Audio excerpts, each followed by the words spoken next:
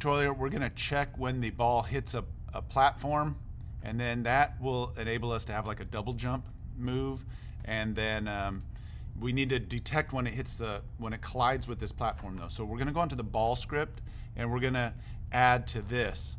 And what I've done here is I've gone to the internet and I'm looking for different bits of code. It's really easy. Just type in Unity and type in collider, collision, and there's a piece of code right here that'll work for us. I'm going to go ahead and take this part right here. We're going to use this. So I'm going to copy. I'm going to come into my code here, and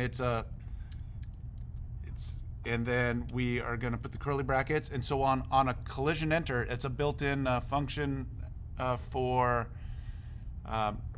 Unity, and we're going to say print. How about boing? So that's our like sound effect. Okay, so when I save this and test it, when it hits when it collides with anything, it should print that out right here. So let's see. Boing, boing again. That's great.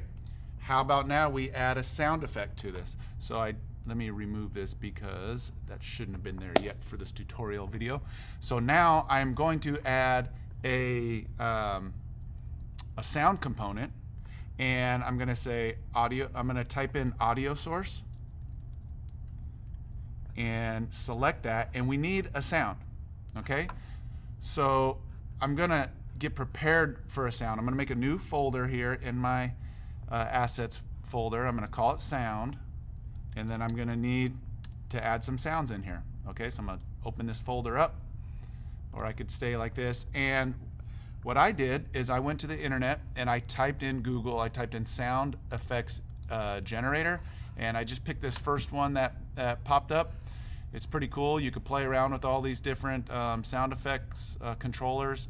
I made it sound like this, and then I hit download. It downloaded to my downloads folder. There it is. And so I have it now, and I'm going to go ahead and drag this sound into my folder, into my Unity project. So great. So let's select the ball now, and well, I need to open that folder up first, and then drag this sound onto the audio clip. Now if you have play on awake checked, it'll make that sound as soon as you play the game. So we don't want that. We want to uncheck play on awake, and we're going to modify the code here. So we need to figure out how can we code to that audio source. So let me show you how to Google stuff. And we're going to say Unity audio source, and then how about we just go audio source play.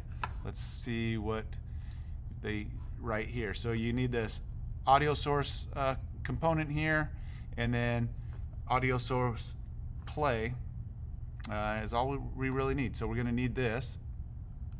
We're going to copy that. We're going to go into our code, and we're going to add the audio source.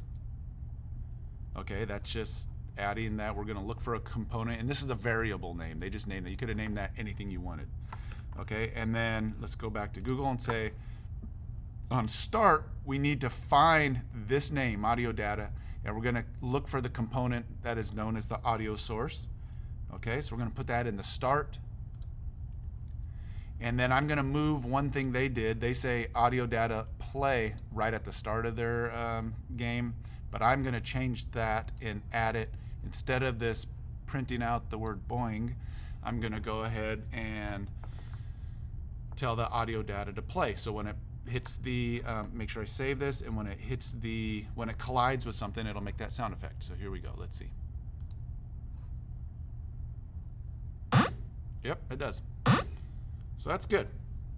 All right, so go ahead and have fun creating your collision detection and adding the sound. Okay, have fun.